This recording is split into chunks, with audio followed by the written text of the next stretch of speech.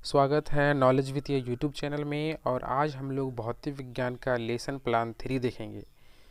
तो सबसे पहले यदि लेसन प्लान आप बना रहे हैं तो सबसे पहले यहाँ पे छात्राध्यापक का नाम लिखेंगे, जो प्रशिक्षु हैं उनका नाम रहेगा।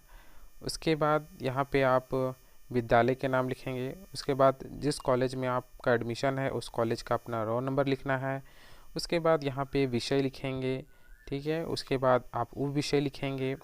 उप विषय जैसे कि विज्ञान है तो विज्ञान का उप विषय 3 उप विषय होते हैं: भौतिक विज्ञान, रसायन विज्ञान एवं जीव विज्ञान। तो यहाँ भौतिक विज्ञान का लेसन प्लान बना रहे हैं तो हम लोग यहाँ पे उप विषय में भौतिक विज्ञान लिखेंगे। उसके बाद प्रकरण लिखेंगे, जो मेरा टॉपिक है वह क्या टॉपिक है उस टॉपिक को पहले लिखेंगे, ठीक है। तो मेरा प्रकरण है, जो मेरा टॉपिक है वह क्या है, ध्वनि है, तो यहाँ पे ध्वनि को लिखेंगे। उसके बाद ध्वनि के अंतर्गत एक और सब टॉपिक जिसको उप प्रकरण बोलते हैं वह क्या है, ध्वनि तरंग के अभिलक्षण। तो आज का जो लेसन प्लान बनेगा वो ध्वनि तरंग के अभिलक्षण के ही ऊपर बनेगा। तो इस प्रकार से हम लोगों को लिख लेना है। उसके बाद यहाँ पे डेट लिख लेना है। उसके बाद कलांश जो आपका पीरियड है वो लिखेंगे। आप किस कक्षा के लिए लेसन प्लान बना रहे हैं वो लिखेंगे। आप कितनी अवधि के लिए बना रहे हैं वो लिखेंगे। देखिए यहाँ पे 40 से 45 मिनट का मैं लेसन प्लान बनाया हूँ। आप चाहें तो आपका स्कूल में जिस प्रकार से आपको मिनट मिलेगा उस अनुसार से आपको लेसन प्लान बनानी है। तो चलिए आगे हम बढ़ते हैं उद्देश्य में।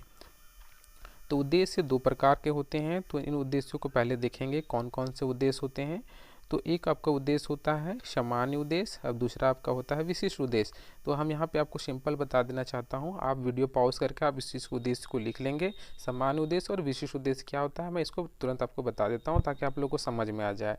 तो सामान्य उद्देश्य वैसे उद्देश्य को कहेंगे जो विषय के प्रति हम लोग बच्चों को पढ़ाएंगे, उस विषय के प्रति हम बच्चों में रुचि उत्पन्न करेंगे, ये हमारा सामान्य उद्देश्य होगा, ठीक है। और विशेष उद्देश्य वैसे होंगे कि जिस विषय को हम पढ़ा रहे हैं कक्षा में उस विषय के अंतर्गत क्या क्या पढ़ना है वो हमारा होगा विशिष्ट उद्देश्य के अंतर्गत आएगा।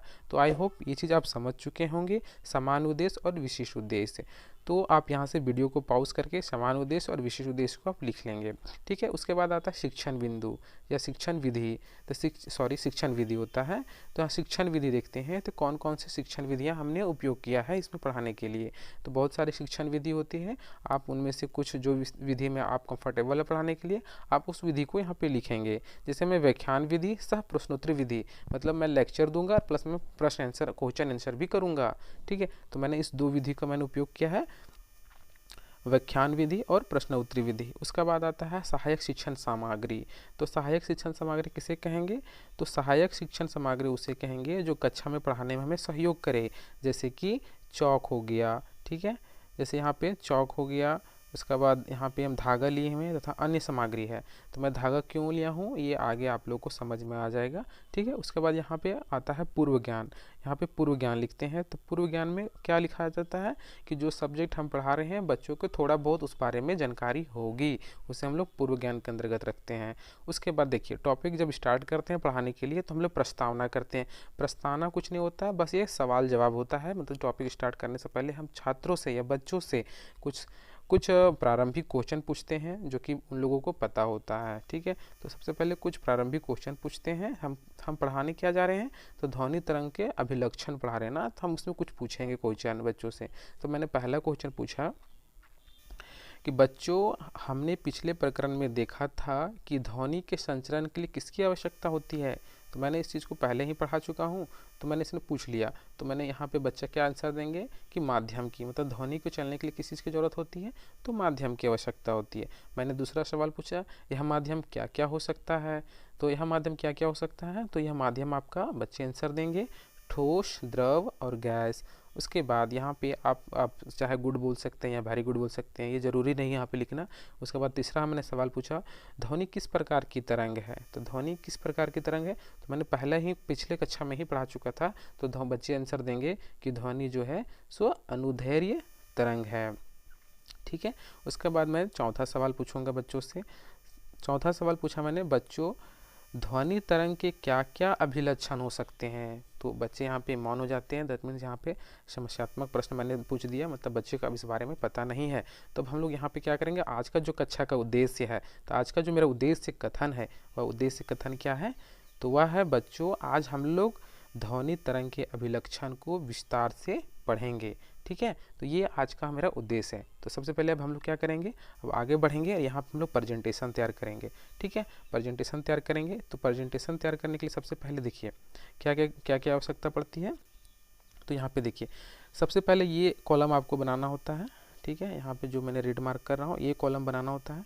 सबसे पहले यहाँ पे आप क्रम संख्या ऊपर सबसे फर्स्ट में आप लिखेंगे प्रस्तुतिकरण, या इसको इंग्लिश में जो लिखते हैं उसको प्रेजेंटेशन कहेंगे। यहाँ क्रम संख्या लिखेंगे, उसके बाद शिक्षण बिंदु, उसके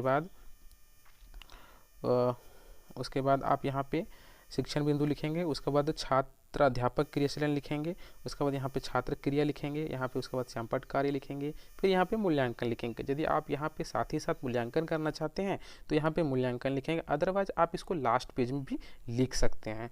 ठीक है, तो सबसे पहले मैंने यहाँ पे जब पढ़ाना शुरू किया ध्वनि तरंग के अभिलक्षण को, तो मैंने ध्वनि तरंग के अभिलक्षण के बारे में यहाँ पे बताया कि ध्वनि तरंग के अभिलक्षण क्या होते हैं। तो यहाँ से हम कुछ आपको पढ़ के बता दे रहे हैं, आप लोग वीडियो को पॉज करके कंप्लीट लिख लीजिएगा। मैं पूरा पढ़ूंगा तो वीडियो बहुत लंबा हो जाएगा।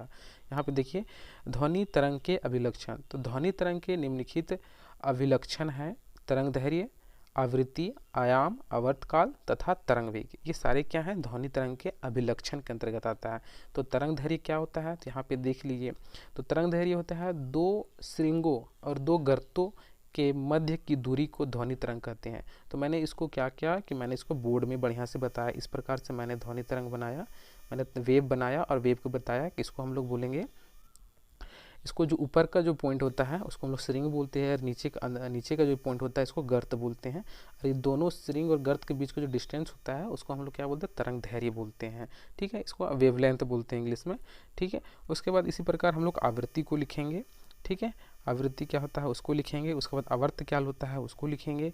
ठीक है, उसके बाद यहाँ पे आयाम क्या होता है, आयाम को हम लिखेंगे एम्पलीट्यूड। मतलब एम्पलीट्यूड मतलब कहने का अर्थ है कि जब कोई भी वेव मतलब इस तरह से वेव बनता है ना, तो ये वेव का जो दूरी होता है, डिस्टेंस, ऊंचाई, इसको हम लोग क्या बोलेंगे, इस ऊंचाई को हम लोग एम्पलीट्यूड बोलते हैं। ठीक है, ऊंचाई को, डिस्टेंस को एम्पलीट्यूड बोलते हैं। उसके बाद हम लोग यहाँ सेकेंड शिक्षण बिंदु रखेंगे। सेकेंड शिक्षण बिंदु आपका है यहाँ पे ध्वनि के गुण, कि ध्वनि के क्या क्या गुण होते हैं। ठीक है, तो ध्वनि के बहुत सारे निम्नलिखित गुण होते हैं। कुछ गुण आपको नीचे दिखाता हूँ मैं, यहाँ पे आप लोग वीडियो पॉज करके लिख लीजिएगा। जैसे कि तारत्व होता है।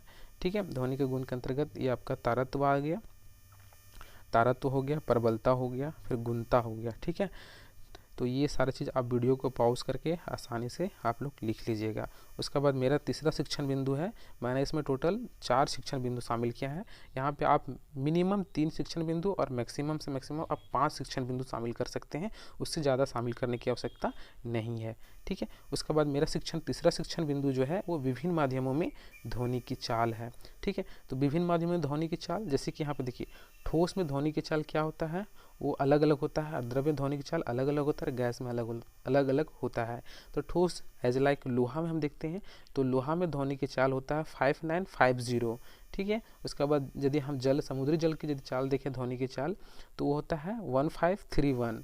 ठीक है, उसके बाद हम गैस में आते हैं तो ऑक्सीजन में 316 होता है। ठीक है, तो इस प्रकार से हम लोग विभिन्न माध्यमों में ध्वनि की चाल को हम लोग पढ़ेंगे, समझ लेंगे। इसको एक तरफ लिखिएगा, और जो इधर श्यामपट्ट कार्य जो है वो श्यामपट्ट कार्य बच्चों को आप बोर्ड में लिख के बताएंगे। उसके बाद यहाँ आता है ध्वनि बूम। तो ध्वनि बूम क्या होता है, तो सिंपल हम बता देता हूँ। जब कोई भी वस्तु जब ध्वनि की स्पीड से मतलब ध्वनि की चाल से अधिक हो जाए तो वह क्या करता है, ध्वनि बीम उत्पन्न करता है। ठीक है, तो ये आप यहाँ से अब चौथा मेरा शिक्षण बिंदु था ध्वनि बूम, तो इस प्रकार से आप ध्वनि बूम को भी लिख लीजिएगा। ठीक है, अब आता है लास्ट पेज जहाँ पे हम लोग पुनरावृत्ति करते हैं। ठीक है, कि क्या क्या हम लोग पढ़े हैं। ठीक है, तो जैसे कि हमने क्या पढ़ा, तरंग दैर्घ्य से आप क्या समझते हैं। मैंने कुछ सवाल पूछूंगा पुनरावृत्ति के अंतर्गत। जब ये सारा चीज़ मैं पढ़ा लिया रहता हूँ उसके बाद क्या किया जाता है, कुछ सवाल किया जाता है कि आखिर जो मैं पढ़ाया बच्चों को कुछ याद है या नहीं। तो मैं कुछ सवाल इसमें पूछ लेता हूँ, जिसमें आप 2-4 सवाल ही पूछे, जरूरी नहीं इतना सारा सवाल पूछना। आप 2 पूछिए, 3 पूछिए, आपको जितना मन करता है आप इस टॉपिक से पूछिए, लेकिन मिनिमम ही पूछना चाहिए।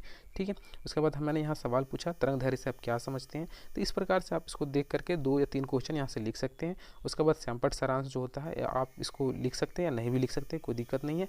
उसके बाद यहाँ पे गृह कार्य देना है, तो गृह कार्य मैक्सिमम 2 ही दीजिए, ज़्यादा देने की ज़रूरत नहीं है। 2 कार्य काफ़ी है, गृह कार्य के 2 क्वेश्चन दीजिए। जैसे कि मैंने यहाँ दिया हूँ, किसी ध्वनि तरंग की तरंग दैर्घ्य, आवृत्ति, आवर्तकाल तथा आयाम से क्या अभिप्राय है।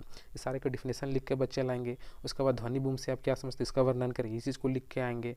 ठीक है, अवर्तकाल तथा आयाम से क्या अभिप्राय है, इसको लिख के आएंगे। ठीक है, तो इस प्रकार से आप गृह कार्य में आप सवाल दे सकते हैं, ज़्यादा 2 ही सवाल देना, ज़्यादा देना नहीं है। उसके बाद यहाँ पे आप लास्ट में जब आता है तो लास्ट में आप यहाँ पे छात्र अध्यापक का हस्ताक्षर, जो प्रशिक्षु है उनका हस्ताक्षर होगा, और लास्ट में यहाँ पे पर्यवेक्षक का हस्ताक्षर होगा। तो आई होप ये चीज़ आपको बहुत हेल्पफुल होगा, आपको आपके काम के लिए होगा। यदि आपको ये वीडियो अच्छा लगा तो प्लीज़ इस वीडियो को लाइक कीजिएगा, सब्सक्राइब कीजिएगा और अपने दोस्तों में भी इसको शेयर ज़रूर कीजिएगा। तो थैंक यू।